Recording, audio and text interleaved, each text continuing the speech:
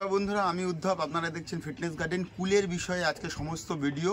আমি নার্সারি থেকে আনার পরে কুল গাছ কিভাবে ফার্স্ট পটিং করতে হয় সেটা আপনাদের দেখিয়ে দিচ্ছি। কাটিং থেকে শুরু করে ফাইনাল পট কি করতে হবে সেটাও আমি বলে দিচ্ছি। রেজাল্ট তো আপনারা শুরুতেই দেখেছেন, শেষে আরেকবার রেজাল্ট আমি দেখাবো। তো চলুন, নার্সারি থেকে একটা কুল গাছ আমি এনেছি। তো কুল গাছটা এই যে নার্সারি থেকে এরকম প্যাকেটে আমি কুল গাছ এনেছি। তো আপনাদের প্রশ্ন হচ্ছে যে কুল গাছটা বেঁকা কেন? দেখুন, কুল গাছের শেপে আমি যাইনি, আমি কুলের জাতের ওপরে গেছি। এই জাতটা দেখুন লম্বা টাইপের, একটু নারকেলি কুল টাইপের। তো আরেকটা দেখেছি রেজাল্টে গোল ন্যাশপাতি ক্রস, বড় বড় আপেলের মতো, গ্রিন অ্যাপেলের মতো। তো সেটা তো আছে। এইটা আমি করছি কি, এটা আমি একটু জাতের দিকে গেছি। তো এই জাতের গাছটা বেঁকা তারাই ছিল, সোজা গাছ ছিল না হয়তো নার্সারিতে। যাই হোক, আমি জাতটা পছন্দ করেছি তাই আমি নিয়ে এসেছি, কারণ আমি তো জানি আমি কিভাবে বসাবো। আপনাদের দেখেও দিচ্ছি। নার্সারিতে গাছের রূপের দিকে যাবেন না, জাতের উপরে যাবেন। যেই জাতটা ভালো সেই জাতটা আনবেন। তো আমি ফার্স্ট পটিং এটা কীভাবে করছি আর সোজা করে দিচ্ছি গাছটাকে, সেটাকেও দেখাচ্ছি। তো এটা হচ্ছে 8 ইঞ্চি একটা গ্লাস টপ নিয়েছি। গ্লাস টপ ফার্স্ট পটিং 8 ইঞ্চি গ্লাস টপে করলে ভালো হয়। আর যেটা মেন বিষয় যে মিডিয়াম কি হবে, দেখুন কুল গাছে কিন্তু গরমকালে 2 থেকে 3 বেলা জল দিতে হয়। প্রচুর জল খায় কুল গাছ। তো একদিন যদি জলের অভাব হয় অনেকের ফুল ঝরে যায়। তাই ভার্মি কম্পোস্ট বা গোবর সারটা কিন্তু আপনাকে একটু বেশি দিতে হবে অন্যান্য ফল গাছের তুলনায়। কুল গাছের ক্ষেত্রে আমি কি করেছি, 80% নিয়েছি আপনার গিয়ে ভার্মি কম্পোস্ট, আর 100% নিয়েছি মাটি। মানে 100 ভাগের মধ্যে আপনার গিয়ে ভার্মি কম্পোস্ট যদি হয় 40%, মাটি হবে আপনার 60%। তো একটু মাটির থেকে একটুখানি কম, 50-50 দিলে আরও ভালো হয়। কিন্তু সেটা ম্যাচিওর গাছের জন্য 50-50 দেবেন। আর নার্সারি থেকে প্রথম আনায় পাতা তো ছোট থাকে, পাতা কম থাকে, তো জল বেশি লাগে না। তাই আমি কি করেছি, 40% নিয়েছি ভার্মি কম্পোস্ট আর 60% প্লেন গার্ডেন সয়েল। তো ড্রেনেজ ব্যবস্থার জন্য আমি সিন্ডার ব্যবহার করি, আছে বলে আপনারা মোটা দানার বালিও ব্যবহার করতে পারেন। আমি খোলামকুচি দিয়ে দেখিয়ে দিচ্ছি। ড্রেনেজ ব্যবস্থাটা আগে এইভাবে আমি ঢেকে নিলাম। তো আপনারা কুল গাছ কিন্তু অবশ্যই বাড়িতে একটা করবেন, প্রচণ্ড হয়, প্রচুর ফলন হয়। এই গাছটা কেউ মিস যায় না। তো খোলামকুচি দিয়ে এই হোলগুলো ঢাকার পরে আমি কিন্তু ড্রেনেজ ব্যবস্থাটা আমি একটু সিন্ডার দিয়ে করে নিলাম।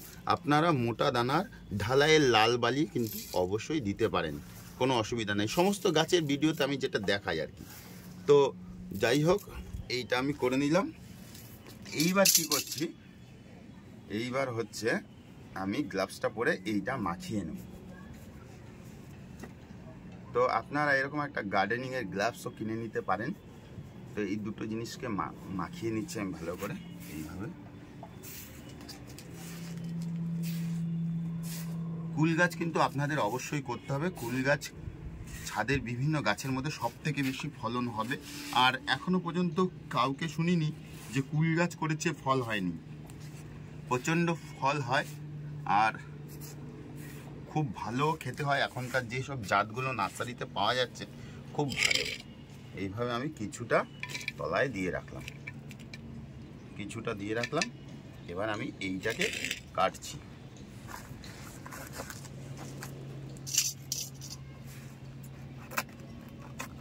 এইভাবে আপনারা কি খোলার চেষ্টা করবেন না। যেই নার্সারি থেকে যেই পটটার মধ্যে বা যেই গ্রো ব্যাগটার মধ্যে দিয়েছে, এটাকে অনেকে খোলার চেষ্টা করেন। খোলার চেষ্টা করলে কি হবে, আপনাদের কিন্তু মাটিটা ভেঙে যাবে। আর ফার্স্ট পটিংয়ে মাটি ভাঙলে অত ভালো না। আমি এইভাবে 2 দিক দিয়ে কেটে নিলাম, এইভাবে গাছটাকে আমি বের করে নিচ্ছি। এইবার কি করবেন, আমি কখনো এই মাটিটা ভাঙতে না বলি, কিন্তু যদি এখানে না হয় তখন কি করব। তো এই পটটা শেপ দেওয়ার জন্য আমি কি করব, হালকা করে সাইড দিয়ে মাটিটা খুলে নিচ্ছি। এক্ষেত্রে গাছের কোনো ক্ষতি হয় না, বড় শিকড় তো রয়েছেই। এখান দিয়ে একটু একটু মাটি আমি খুলে নিচ্ছি। এই টাইমে করতে নেই, একদম কড়া ঠান্ডায় আর কড়া গরমে কোনো গাছকেই রিপোর্টিং করা ঠিক হয় না। কিন্তু এই কারণে করছি, যেহেতু এই ঠান্ডার মধ্যেও কালকে খুব বৃষ্টি হয়েছে, তাই আমি এই আপনাদের এটা দেখিয়ে দিচ্ছি। আপনারা কিন্তু নার্সারি থেকে এনে বৃষ্টি পড়লে অবশ্যই করে দিতে পারেন রিপোর্টিং।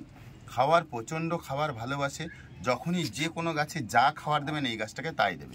এইবার আমি যদি এইভাবে বসাই, এইভাবে বেঁকে রইল গাছটা, আমি কিন্তু এইভাবে বসাবো এইভাবে।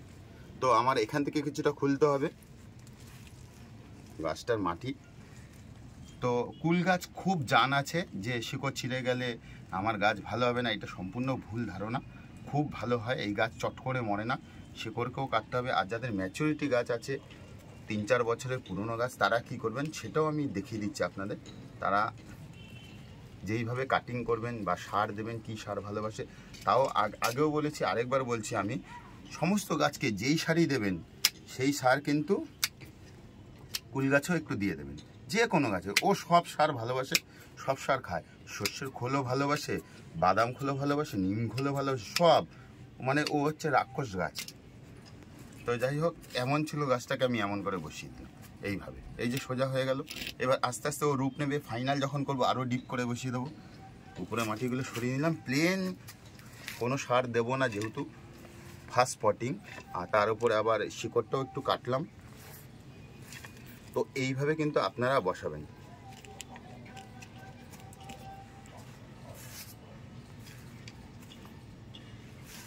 দেখুন কত সহজেই ফার্স্ট পটিং আমার হয়ে গেল।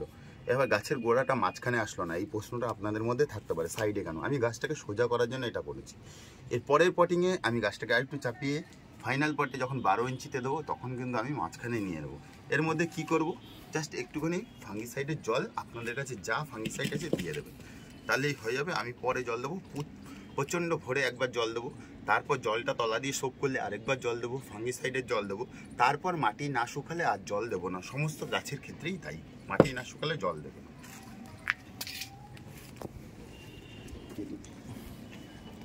তো বন্ধুরা, এইটা একটা ম্যাচিওর গাছ, কুল হয়ে গেছে। কুল একবার খাওয়া হয়ে গেছে। কুল হয়ে যাওয়ার পরে, কুল খাওয়ার পরে আপনারা কি করে ডালটা কাটবেন, যখন দেখবেন সাইড থেকে এই কচি কচি পাতা ছাড়ছে তখন কিন্তু আপনারা কাটতে পারেন। এখন কাটার সময় নয়, তবুও আমি বলছি যেহেতু বৃষ্টি পড়ছে আমি কেটে দিচ্ছি। তো কাটবো কি, ওপর থেকে আমি কিন্তু 50%-এর বেশি কেটে দেবো। ডিপ পুনিং ভালোবাসে, নিজের দৌলতে গাছটা দাঁড়িয়ে থাকবে। বড় গাছটা দেখেছেন, নিজের দৌলতে ওই রোগা গাছ থাকবে না, ডিপ পুনিং করতে হয় এই গাছটা। তো এই গাছটা কাটিং করতে করতে আমি ছোট্ট একটা ভলুদার গল্প বলি। তো ভলুদার তো জবটা চলে গেছে, আপনারা জানেন। তো ভলুদার জবটা চলে গেছে, তা ভলুদাকে আমি বলছি, ভলুদা তোমার তো জবটা চলে গেছে। অ্যাকচুয়ালি ভলুদা নিজেই ছেড়ে দিয়েছে। আগের ভিডিওতে আমি বলেছিলাম যে বুঝে গেছিলো যে ও ভলুদাকে তাড়িয়ে দেবে, তাই ভলুদা ছেড়ে দিয়েছে। তো আমি বলছি, ভলুদা জব ছাড়লা, এখন কি করছো তুমি? তো আমাকে বলছে কি যে ভাই, জব না ছাড়লে আমি আমার ট্যালেন্টটা বুঝতেই পারতাম না। আমি বলছি কীভাবে?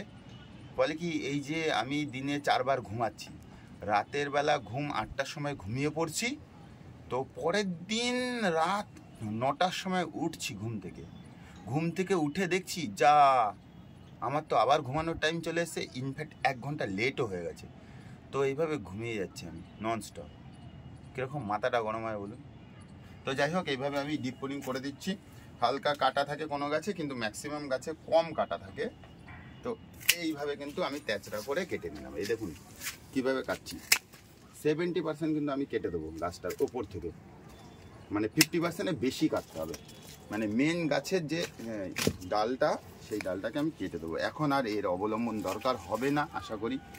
এইভাবে কেটে দিচ্ছি। আমার কাটারটা একটুখানি ধার কম হয়ে গেছে। তো এইবার কী করবেন, এখান থেকে তো ফাঙ্গাস ঢুকবে, ক্যাঙ্কার রোগ হবে, এখান থেকে ডাল শুকানো শুরু করবে। তাই একটু অ্যালোভেরার টুকরো নিয়ে, এটা ন্যাচারাল একটা ফাঙ্গিশন, এইভাবে এই আঠাটাকে এইভাবে আপনি কিন্তু যেখানটা ডাল করলেন ওই ডালের জায়গায় কিন্তু আপনারা এইটা লাগিয়ে রাখবেন। তাহলে কি হবে, এখান থেকে ফাঙ্গাস ঢুকবে না।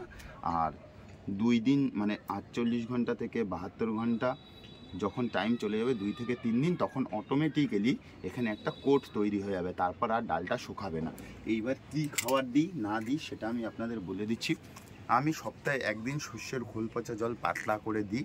যখন ফ্রুটিং ফুল আসার সময় তখন কিন্তু শুধু জল দিই, বেশি দিই খাবার দিই না।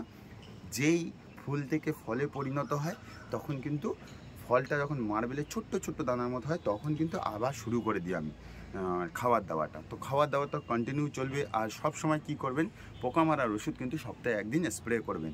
আর গরমকালে 2 বেলা জল দিতে হয়। তাই বলছি, ভার্মি কম্পোস্ট বা গোবর সার ফাইনাল পটের সময় কিন্তু 50-50 দেবেন। তাহলে কি হয়, জলটা ধরে রাখবে। 2 বেলা দিলেই হবে, নাহলে 3-4 বেলাও দিতে হয়। প্রচণ্ড জল খায় কুল গাছ। তো ভিডিওটা আমি দেখিয়ে নিচ্ছি। তো কুল এখনকার যে মার্কেটে রয়েছে খুব সুস্বাদু হয়, কিন্তু প্রচণ্ড ভালো খেতে। যে কোনো গাছ আপনি যে কোনো নার্সারি থেকে একটা কুল গাছ বসিয়ে দিন আমার রিকোয়েস্টে, আশা করি আপনি বিফলে যাবেন না। চলুন রেজাল্টটা দেখে নিন। ধন্যবাদ সবাইকে। তো বন্ধুরা, এই রকম কুল গাছে রেজাল্ট পেতে গেলে কি করবেন, আমি তো সমস্ত ভিডিও দেখিয়েই দিলাম, কিন্তু ফাইনাল পটটা দেখাইনি। ফাইনাল পটের জন্য আপনারা কি করবেন, 50% মানে 25% হচ্ছে মাদার মাটি নেবেন, আর 25% হচ্ছে নর্মাল মাটি নেবেন, আর 50% হচ্ছে ভার্মি কম্পোস্ট নেবেন। তার 25-25-50 হয়ে গেল।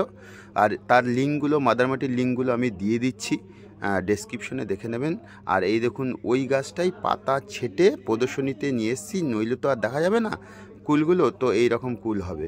তো সবাই একটা করে কুল গাছ করবেন, ভালো থাকবেন, সুস্থ থাকবেন, দেখতে থাকবেন ফিটনেস গার্ডেন। আর অবশ্যই কিন্তু আমি ডেসক্রিপশনে এই লিঙ্কগুলো দিয়ে দিচ্ছি, মাদার মাটির লিঙ্কগুলো। মাদার মাটি 25%, নর্মাল মাটি 25%, আর ভার্মি কম্পোস্ট 50%। ধন্যবাদ।